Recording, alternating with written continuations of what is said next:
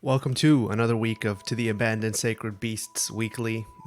It's been a few weeks since I covered this show, so I thought it'd be a good idea to go over a recap of just a few things of what happened, and then maybe get into what's happening this week in episode 7. So, for a quick recap of all the stuff that happened before, the first 5 episodes see our hero, Hank Henriette, going to all these different cities to find all these different incarnates, which were part of the squad that he used to command when the North and South were at civil war, and his job is to put them out of their misery and keep them from hurting other people in their confusion about what they're supposed to do after returning to society in a way that they really can't integrate themselves into at all. And he's just trying to spare them the pain of having to go through all these things, and he meets up with this the daughter of one of the incarnates, John Bancroft. Her name is Shawl Bancroft. He takes her with him. She's like our window into his world. Maybe I went a little bit too far there, but I think I last covered this in episode 3. So since then, in episode 4, 5, and 6, we've seen episode 4 had maybe one of the more unique incarnates with this giant monster creature who was walking through this valley, and he was going to endanger this very important railway bridge. And their mission was to stop him before he got there. But in typical To the Abandoned Sacred Beasts fashion, there was a little twist to that scenario, which the twist being that he actually didn't even want to do anything to the bridge, and he wasn't out of control or anything like that. He just wanted to get a last look at the ocean before he died. That's all he wanted to do. And Hank, knowing him as a person before he fully transitioned into this creature and was unable to move back, was able to do that for him, and because of that, the bridge was saved, and eventually he died, seeing his last wish fulfilled. Episode 5 was a little bit more akin to episode 2, when we had that, or episode 3 rather, when we had that episode where there's this guy, the Minotaur, who builds this labyrinth in the middle of a city. Episode 5 was similar, but this one was more about him going out of his way to, deal justice on people who he felt deserved it. So episode 3 was about that Minotaur making, a protective, like trying to defend himself from intruders, whereas episode 5 was kind of that, trope flipped on its head, where there's this gargoyle guy, and his mission is to bring justice to the people who live in that city, or he thinks are not righteous, or whatever it is. Right? So we have two sides of that veteran coin here. One where he's trying to keep, things out of his head, and the other, he sees things and he's like, I need to fix this in the world. I have the power to do so. I'm a warrior. I was chosen. I was trained. I need to be able to, inflict some kind of change in society. So he takes it into his own hands, and that's at the end of episode 5. We see Gargoyle defeated. And then episode 6 introduced Kane Madhouse, who's like the main protagonist for this series. He's the one, if you remember, who shot Hank's fiance way back in episode 1. So when he comes back into it, things kind of take another step. They go to another level, and that's really where my issues with the show started. Now, having seen episode 7, I don't really have as many issues as I did after having seen episode 6, but since I didn't get a chance to cover episode 6, I thought it'd be interesting to cover that in this video. So episode 6, I thought, kind of, lost its way, kind of got wrapped up in this like higher level plot with Kane Madhouse trying to, incite civil war between two nations again, which we eventually see come to fruition in episode 7 when he's able to do that and make the new Patria country and take over a lot of territories that were kind of floating around after the Civil War, looking for a direction. So he did that, but the way that he did that was to take all the resources from the people who were in the South after they lost the Civil War, who felt that they maybe shouldn't have lost, or who were not satisfied with their defeat in that war. And he said, come to me, we can try to, defeat the North yet again. He never planned to do that at all, but he took their resources and he used that. And we kind of get dropped into the story at a point where he's kind of, come to his redemption, or his flip in this, I guess you'd say his heel turn at the end of this episode, or at the beginning of this episode, whatever it may be, where he, basically kills all the people who gave him all the resources in the first place. And why those people in the room didn't run away after seeing 7 huge monsters walk in will forever, befuddle me. But if I see 7 monsters walk towards me in any context, I'm running the opposite direction. No, instruction needed, no explanation necessary. I'm out of there in 5 seconds flat. But these people stick around, I guess, because they're so full of themselves and they're so drunk on their own power. I guess that's a good way to show that. And they get absolutely shit stomped. They have no chance at all. And then Hank Henriette shows up. He's like, hey, you can't do this. We went through so much in the previous war trying to fix things up, and now you're trying to start another war? Yeah, not on my watch, buddy. So he tries his best to stop Kane Madhouse, and Kane kind of exploits his weaknesses and puts him into this huge rage, and he turns into this like Godzilla-sized mega wolf. And there's really not much else you can say past that, because the episode just went kind of crazy after that. Now, my problem with that episode, on its face, it seems fine. But my problem with that episode is the worst part of the show to me is the action.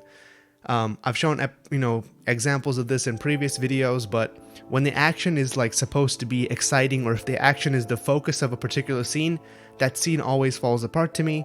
It just doesn't work in my opinion. So when they start doing this whole 10-minute sequence of Hank fighting monster after monster after monster, or sometimes several monsters at once, it just falls apart completely in my opinion, because the animation really isn't that great at all. Mostly it's just two moving subjects, like very, very low frame rate, or not many tweens at all, just like one frame and this person's moving across the screen. I've shown this in previous, reviews of the show.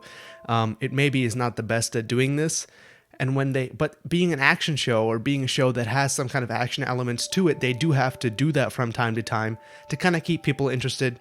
Famously, in episode 1, they had all this action, and that action looked a lot better than most of the rest of the series. You can probably guess why. Episode 1, probably the most important episode to have a good, step forward, so they put all their effort into that. And now here we are in episode 6, where the action doesn't really look that good. So, moving on from episode 6 to episode 7, what did we get? So, this is the 12-episode show. I think that's important to point out, first of all, because we're now over halfway, into the series, and episode 7, I felt like kind of symbolized a new beginning.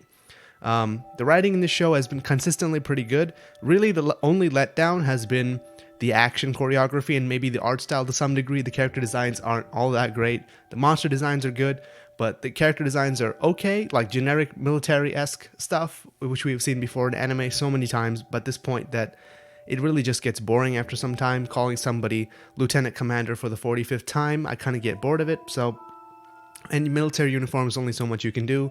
And these are not like extremely creative military uniforms.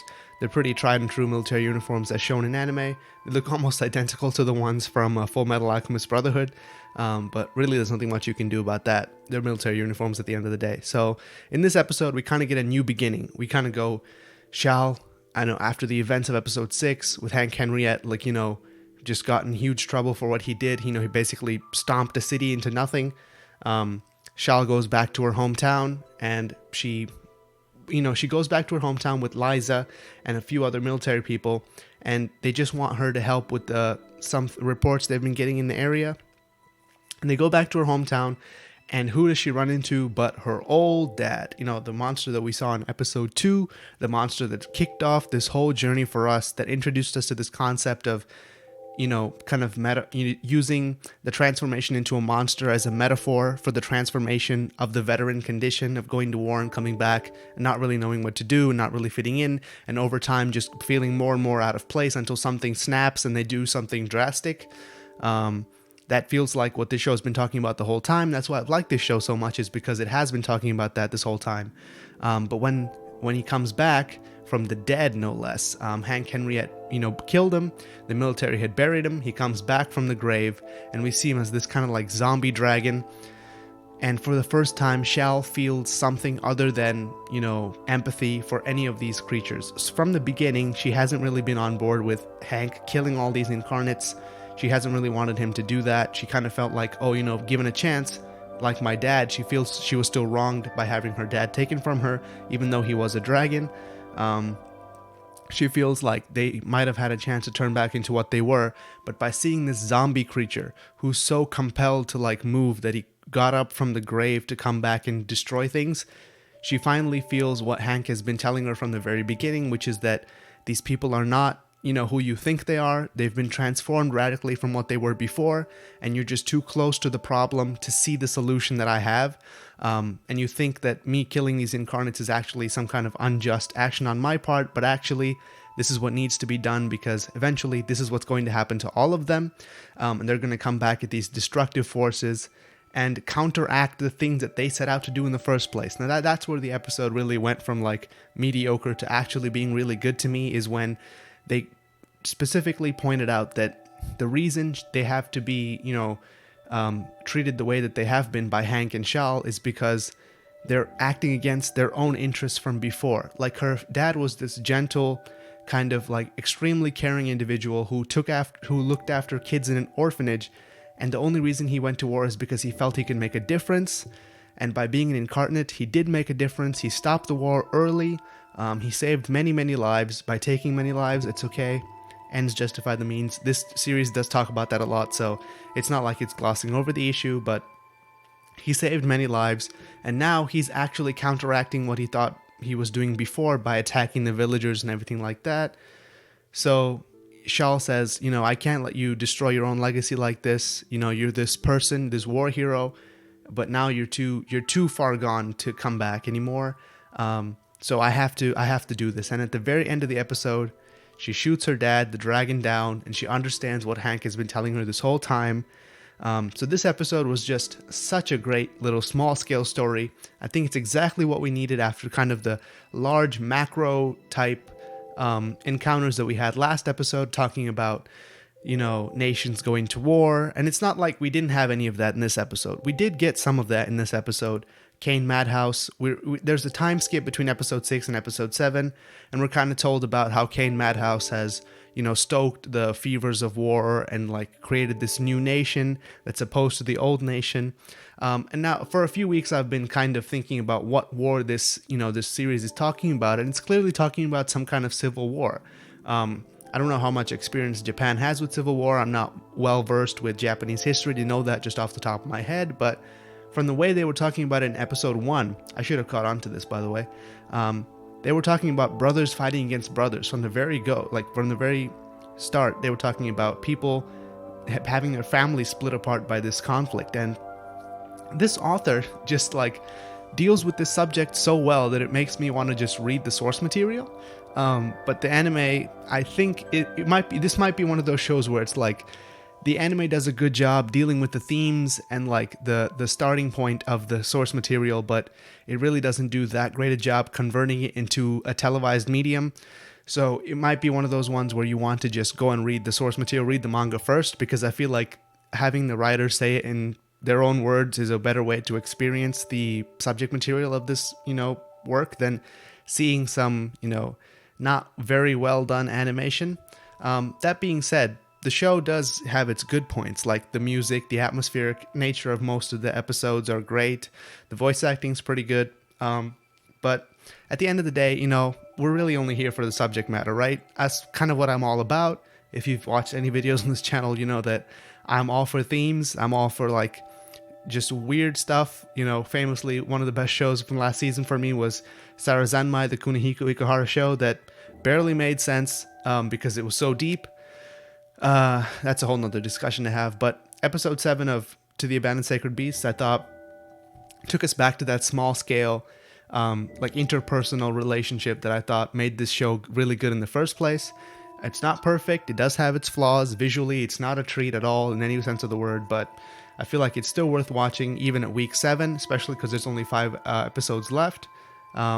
This might be a show that if you binge watch all of it at once, 12 episodes, it might do more harm than good at that point. I feel like watching it week to week gives you your little dose. Otherwise, it might just be too slow.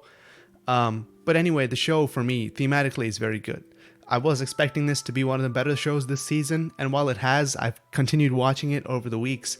I've kind of had to force myself to continue watching it. I said famously in another video that I watched some of the episodes when I was catching up. I watched the action scenes at 50% higher speed than usual, and that made it look better. So if you want to use that life hack to watch the show, go ahead, because usually the action is so slow that it just speeding it up makes it look better, artificially smooth or whatever. But I would still recommend you watch this show if you're into something that kind of deals with elements that we don't really see get addressed in anime much. We see a lot of military in anime. We don't really see a lot of the after effects or kind of the haunting nature of what this kind of work can do to you. So for that alone, I would recommend you watch this anime. That's it for this week for episode 7 of To the Abandoned Sacred Beasts. Like, comment, subscribe, all that good stuff. and I'll see you in the next video.